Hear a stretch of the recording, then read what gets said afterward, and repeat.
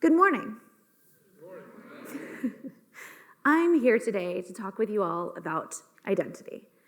As some of you know, I'm a therapist, and you may be thinking, yes, we're going to answer the most stereotypical therapy question in the world, who am I?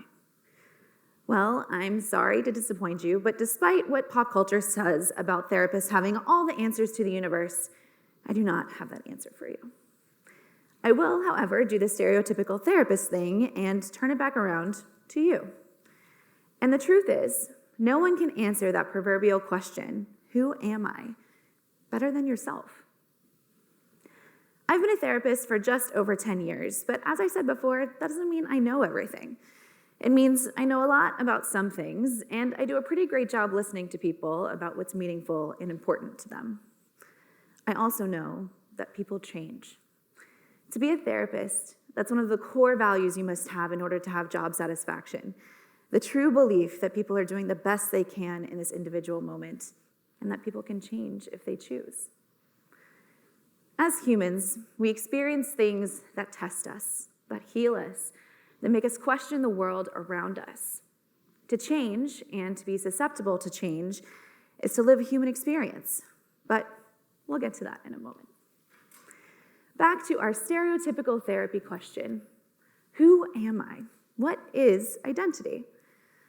Often the first thing that comes to mind are objective descriptors, our gender, race, ethnicity, sexuality, our geographical home. It's true, New Yorkers love to tell you they're from New York. Next comes the things that we use or practice every day, our language, our customs, the job we do, the careers we're pursuing.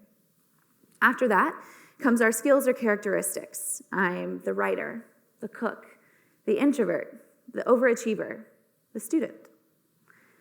All of these are valid and important, but what do they actually tell me about you? They're just words, and my understanding of them may be different than yours. What do these labels tell the world about who you are?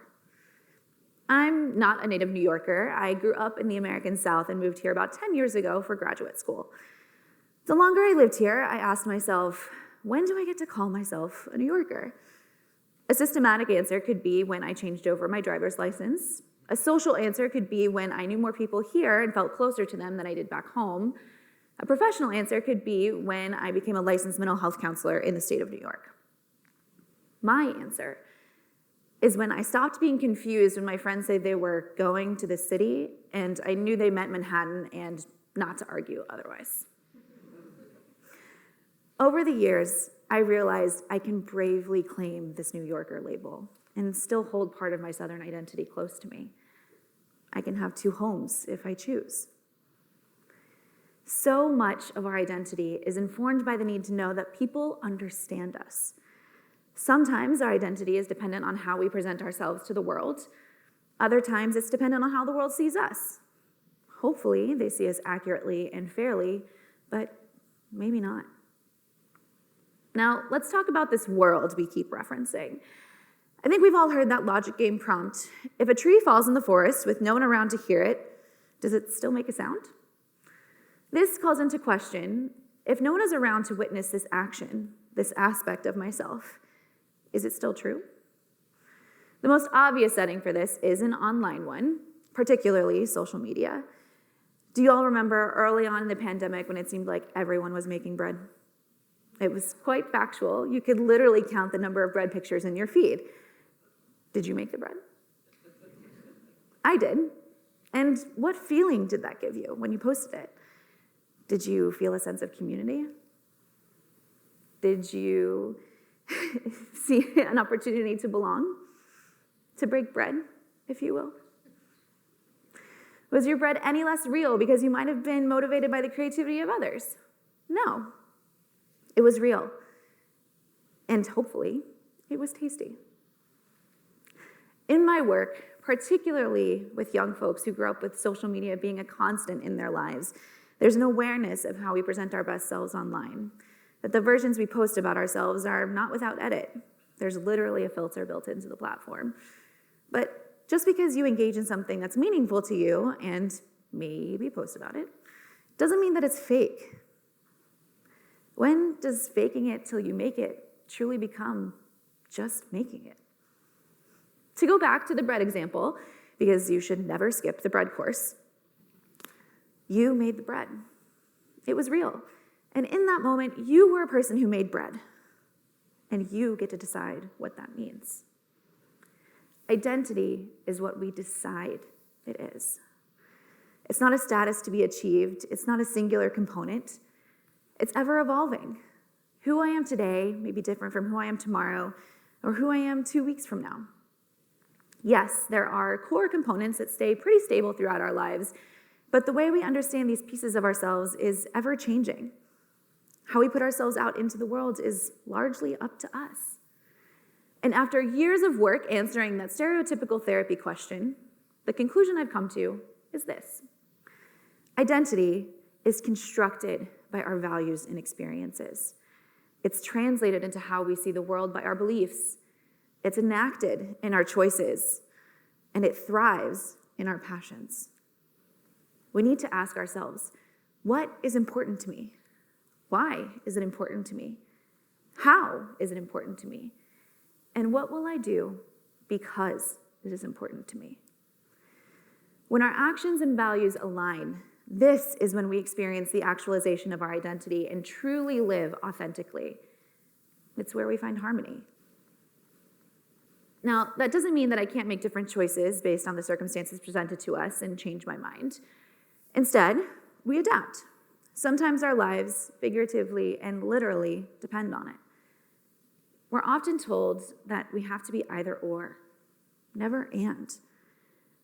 But the reality is there are multiple truths to our existence. I can love this person and be hurt by them. I can be disappointed I didn't get the job and understand why it wasn't a good fit. I can be an honest person and choose not to speak the truth in this moment. In many cases, being adaptable is a better survival skill than being stagnant. There are those that say consistency is a virtue, but what if we consistently evolve? To do so is to survive, to outgrow the things that no longer serve us, have gratitude for what they did, but have enough courage to say, this doesn't fit anymore. Now, we've talked about the world. Let's talk about how we see ourselves.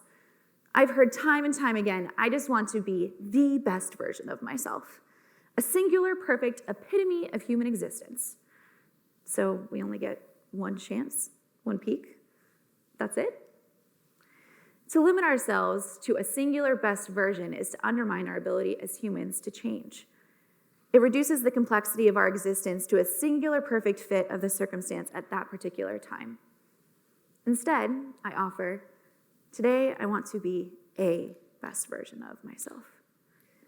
This idea is so foreign that Google wanted me to change the structure of that sentence every time I drafted this talk. For instance, today, a best version of myself is one that hugs a friend when they need it. Tomorrow, the best version of myself is one that asks for a hug to heal me. Both are versions of me, just different. One is not strong, the other not weak. Multiples. A version of me. An aspect of my identity. And I think we could all use more hugs. Now, let's bring these pieces together. The world and me, if you will. We do not exist in a vacuum. There are forces, sometimes oppressive ones, that tell us who we should be and how we should act. But that doesn't mean you have to be that one thing. And who says that one thing is the right thing in the first place? We are multidimensional beings with a variety of values, experiences, and beliefs. To pull out the more professional side of you in an interview is not being inauthentic to the fun-loving, risk-taking, friendly side of you. You're just not so simple as to be so one-dimensional. To shapeshift in that circumstance is to your great benefit. It's a sign that you can effectively navigate the world, build successful relationships, and meet your goals depending on where you are. Now, back to those annoying shoulds, because I wouldn't be a therapist, a part of my own identity, if I didn't give you some skills as a parting gift. Here's the truth about the word should. It inherently connotes shame. We probably first heard it from our parents, and no, I'm not going to be just another therapist here to say it's all our parents' fault. But this word exists in the English language as a staple in parenting approaches because it tries to impart a sense of morality, conscience, and common sense so that we can successfully navigate the world. You should clean your room. You should brush your teeth.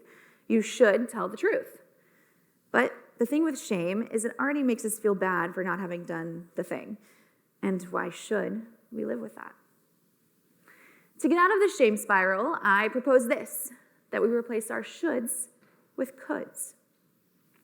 I could clean my room. I could brush my teeth. I could tell the truth. Don't you feel better already? You didn't think we'd get through this talk without me asking about your feelings, right? I'll tell you why. Those of you who've been waiting for the secrets, here they are. Replacing should with could gives us the gift of the 3 C's. The first is a sense of capability. I feel strong and competent.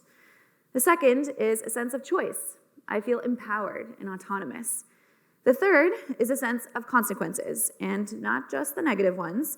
It makes me ask, what would happen if I did or didn't do the thing? I now feel a sense of the future and control over the next steps of my life. Compare this to the feelings of shame and guilt that come along with should, and instead, I now feel capable, autonomous, and in control. This is what superheroes must feel like, yeah? But we don't have to wait until a world-ending level crisis is before us to make this shift in our thinking. It could be as simple as whether or not to wash the dishes. The statement, I should wash the dishes, makes me feel like I'm already failing as an adult for not doing this. But I could wash the dishes makes me feel like I'm definitely capable of doing that. I could choose not to, and the apartment might get smelly, but I'm okay with that. In this example, it's so easy to label ourselves as lazy and failing. Those labels become a fixed part of how we see ourselves, and our worst nightmare, how others see us. But in reality, you were just a person who decided that washing the dishes was not important in this moment, and you're prepared to deal with that. That sounds like a responsible adult to me, and if only saving the world were that easy. We spend all this time trying to figure out who we are in life. Why waste it on something as inconsequential as whether or not I wash the dishes? It's a boring aspect of my life that honestly happens every day. And if I want the chance to step into my identity daily, I want it to be a little bigger than that. I'll tell you about one of the most challenging times I had to commit to that perspective. Now, there's a reason why I love my job at Macaulay Honors College, and it's because I, too, was once an honors student, and in some ways I still am. How that showed up was that I wanted to be doing what I considered honorable work, helping people who were falling through the cracks of our systems, from education to healthcare to social services. What that looked like was going straight from graduation into my career, working long hours, and trying to climb the organizational ladder to have more of an impact on the world. My job and title became the primary component of how I saw myself. I was so focused on my actions, as well-intentioned as they were, that I forgot about my values, passions, and beliefs. And then, unexpectedly, my job and title were gone. For the first time in my life, I found myself unemployed, and my entire identity was questioned because I had seen it so one-dimensionally. In my case, having such an external label become an intrinsic part of my identity meant that I had nothing to stand on when it went away. Or at least it felt that way. Now, like most of us would, I figured it out. I was forced to confront the walls I had built around myself using those either-or frameworks, the should frameworks, and I had to switch into the and could frameworks if I wanted to survive in all senses of the word. The truth was, even though I no longer had the title of therapist within an organization, I was a helper and had been in helping and caring settings for most of my life. I believed in people. I believed that they deserved to live a full life determined by them, to be a best version of themselves, despite what the world told them otherwise. I began to realize that the obstacles and requirements that society puts in our way to tell us about our worth, well, yes, may be useful, don't have to be a part of who I am. The best example I can think of is this. Say you want to be a doctor. There are very strict rules and pathways to get there, right? But your MCAT score tells me nothing about what kind of doctor you'll be when I'm at my loved one's bedside, terrified, and hoping you can hold space for me and my fear and help them in ways that I can't. It's your care, your grace, your compassion, and your skill that will matter in that moment. Helping people, wanting to hold space for them, to tell them that their experiences and feelings were valid, and help them live a life that was best for them. Those were my values and beliefs. And doing that work, no matter what it looked like, was my passion. So I found ways to do it. And I ended up applying for a job with a title I'd never had before because I believed I could. And that worked out in my favor because that brings me here, 4 years later, to this space with you in my authentic self.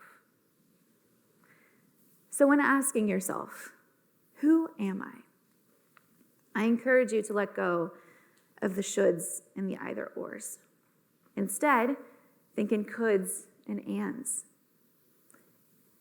We need to ask ourselves, what is important to us? Why is it important to us?